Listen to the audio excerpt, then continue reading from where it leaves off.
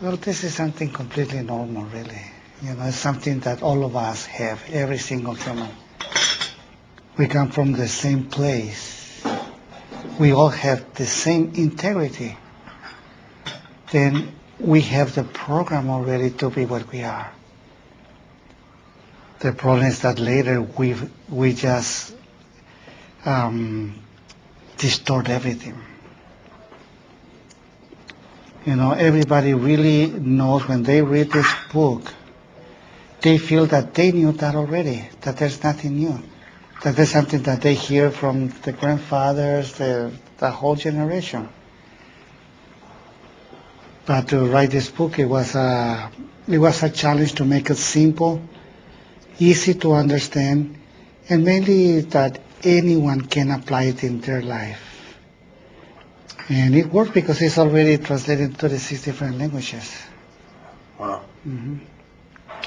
And the simplicity is the key. Why is it so hard to live every day, 24 hours a day, like it says in this book? What do you think? Oh, this is a big one. My father wrote these books, and in the time I was a little resistant. I said, I don't want nobody to tell me what to think and things. But then one time I was feeling hurt.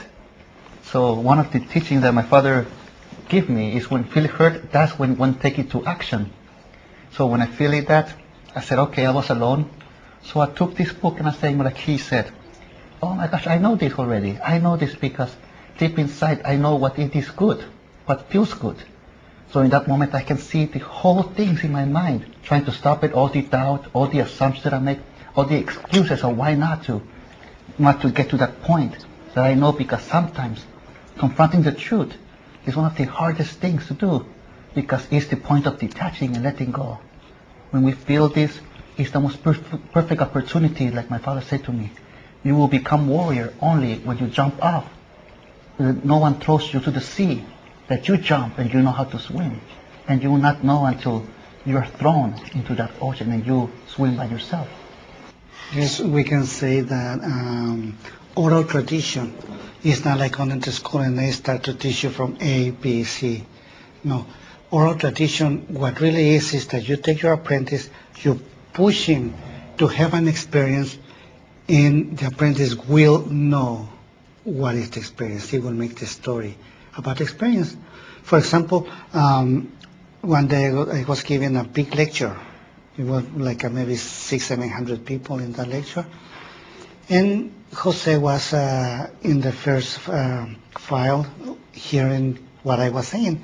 And at a certain moment I stopped and I introduced him for the first time and asked him to come and speak.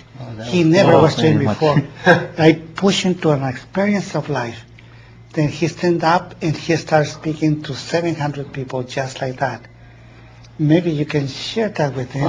That's very interesting. I would have been nervous. The way I learned how to swim is my father used to pick me up a baby and just throw me to the pool, and then I go swimming back until I was doing it myself. But this is the most opportunity that I have fear, a little fear of speaking in front of the people with my father's apprentices. So one time when he wrote the book, he started doing like tours and giving lectures, and there were 700, 800 people, and I go, okay, it's safe to go. He will not pull me up in there. And in the middle of an hour, he goes, oh, and now I would like to introduce my son to you. And I go up, I'm on stage. He didn't tell me anything to do. He just gives me the microphone, puts it in my hand, and sits down. And that is the most amazing experience that I had. It was more inside, because I can feel the thing that was blocking me, the fear that I started feeling my legs shaking, and then I started like giving it an order. But it was the most interesting to have control of the body, because it's alive to us. It can do anything to us, and at the same time we can block it from doing many things. And that goes deeper also in our point of view. If we put a point of view, it will block anything. When he see himself in front of 700 people, and everybody was expecting for him to say something, whatever it was, and he had no idea what to say. This is exactly how we face life. You have no idea what life will bring to you. then it's an action-reaction with life. In that moment, he was completely open to that action-reaction. He perhaps don't remember, or perhaps he didn't make it in a story, but that was moment that he was enjoying. He didn't have to think about that. He don't have to think that they was making any assumption about him. He was not making assumptions about himself. He was living in that moment. In that moment, perhaps he didn't know. He was completely happy. He was in action in front of life. He was the truth. Whatever he was saying is the only thing that he knows, not exactly what he learned or what he believes in certain ways. Do you understand? Then life is just like that. Then for you to be happy, you need to live in that moment all the time. Not in the past, not in the future. Do you understand what I mean? I think I understand.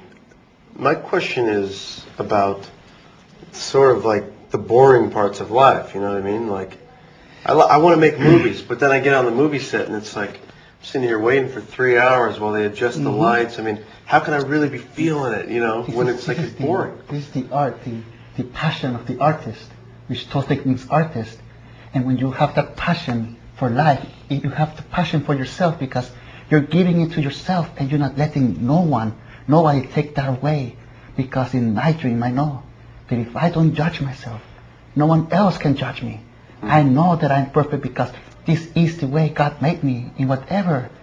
And I cannot say, hey God, you make wrong over here, you have to redo this. No. Everything is perfect just the way we are when we learn to embrace ourselves and to embrace our mistakes because this is the way we are. So what I'm trying to do, basically, if I'm reading the book right, is observe all the bad thoughts I'm having, negative thoughts, and try to make them go away, or try to ignore them, or don't believe in them. Okay. But you just what about good thoughts? The whole thing is a communion with life. And the communion with life is happening right now. It's action, reaction. Everything is action, reaction. Then if your reaction will be disturbed by your own thoughts because you listen your head, then you will have all the excuses in the world why to be miserable, why to suffer life. It's like that push you into an inexperience in life. You don't have time to go into whatever garbage you have in your head. No, you will reacting with life. And this is exactly the greatest secret. Be one with life, and you're always going to be happy. Not to be worried about if you will eat tomorrow or you will not eat tomorrow, if you will be homeless, if you will be rich, poor. Who cares about all that?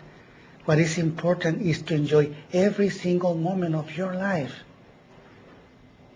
You know, this is the whole legacy that we give to everyone, whoever want to take it, is life. And this is our message that everybody have, because everyone is a messenger. And your message is life.